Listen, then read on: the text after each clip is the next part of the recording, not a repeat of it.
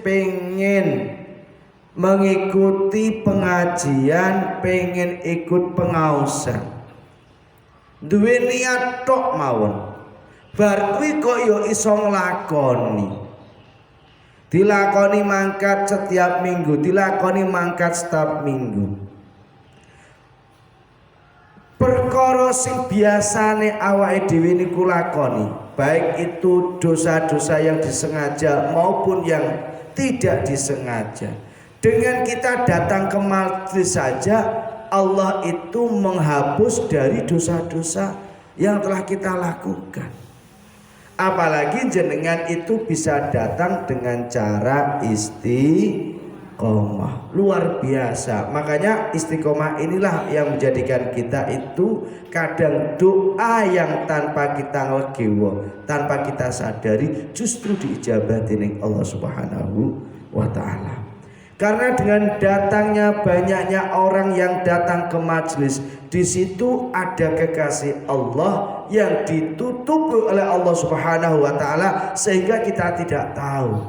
Entah itu di sini ibaratnya ada satu orang yang di situ memang benar-benar dia itu ikhlas datang ke majelis karena ingin mendapatkan syafaatnya baginda Rasulullah Muhammad sallallahu alaihi wasallam, maka disitulah himmahnya dia sehingga ketika minta kepada Allah, Allah mengabulkan. Yang lain ikut karena sababiannya ada satu orang yang dia memang ikhlas datang ke majelis ingin mendapatkan syafaatnya Rasulullah Muhammad sallallahu alaihi wasallam. Itu poin yang pertama. Yang kedua, orang yang datang ke majelis yang awalnya jenengan di rumah ya ruwet, mumet, sumpek, kakang masalah. Tapi ketika datang ke majelis dengan kita disirami ya, dengan pembacaan maulid, dengan ayat-ayat Allah Subhanahu wa ta'ala, maka hati yang awalnya itu rumpek, sumpek, mikir ke dunya, mikir ke masalah orang barbare, tidak ada habis-habisnya, maka dengan datang kita ke majelis secara otomatis masalah yang rumpek tadi, yang sumpek tadi itu akan lepas dengan sendirinya. Karena Allah sudah jelas menggambarkan di dalam apa itu di dalam Al-Qur'an maupun di dalam hadis Rasulullah. Nak kue sumpek lagi ruwet datanglah ke majelis. Maka masalahmu sing rumpek sing ruwet itu Allah bakal memberikan solusi, Allah bakal memberikan pencerahan di dalam hati kita. Kalau hatinya itu bisa jernih, maka pikiran pun akan jernih. Nah atine ora jernih, piye pikirane iso jernih. Makanya kalau di dalam Al-Qur'an kan ada ungkapan ya ayyatuhan nafsul mutmainnah. Nafsul mutmainnah itu manggon, menetap di dalam hati. Lah hatinya hati yang mana? Hati yang mutmainnah, hati yang tenang, hati yang memang hatinya itu tidak goyah. Sehingga apa? Ketika hatinya itu tenang, pikirannya itu bisa jadi tenang, ibadah pun akan menjadi tenang. Sehingga ketika menyelesaikan masalah itu pun juga akan selesai. Dibantu oleh Allah Subhanahu wa ta'ala. Makanya yang kedua jelas Allah akan menyelesaikan atau menguraikan masalah kita pelan-pelan dengan kita itu datang ke majelis. Yang ketiga, kita datang ke majelis walaupun kita di sini ibaratnya sering saya sampaikan, kadang jenengan yo ora iso maca. Gitu nak kon maca tiba yo, pokoke aku manut.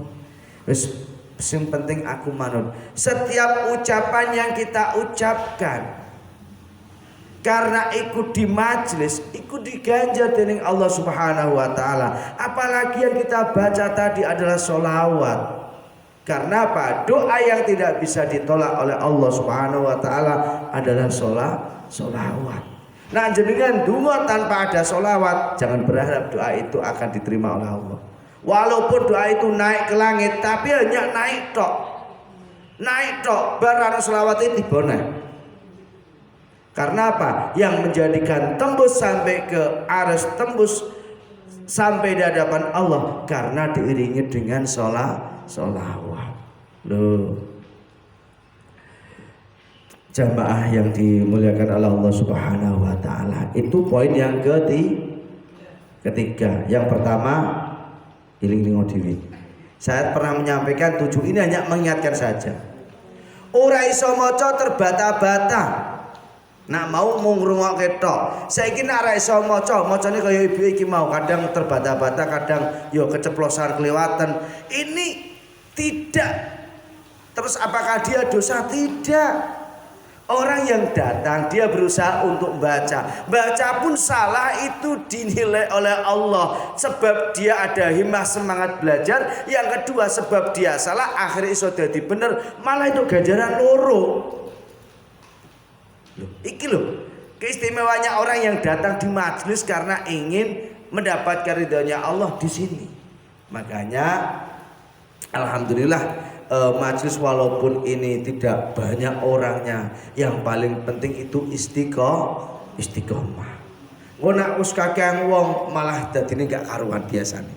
Lah, majelis yang sederhana ini justru menjadikan jalan wasilah kita bagaimana supaya kita itu selalu dekat dengan Allah. Bagaimana kita itu selalu cinta kepada baginda Rasulullah. Bagaimana kita itu bisa mengamalkan dawuhnya para ulama, para guru-guru kita, sehingga kehidupan kita akan menjadi kehidupan yang damai, kehidupan yang tenang, ibadah tenang, di keluarga tenang, masalah pun juga akan bisa terselesaikan.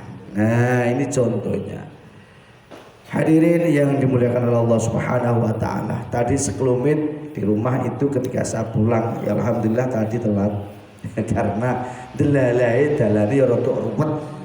Iki mbah saya nggak tahu semenjak UNES itu sudah mulai masuk mahasiswa, malam aja itu macet kok.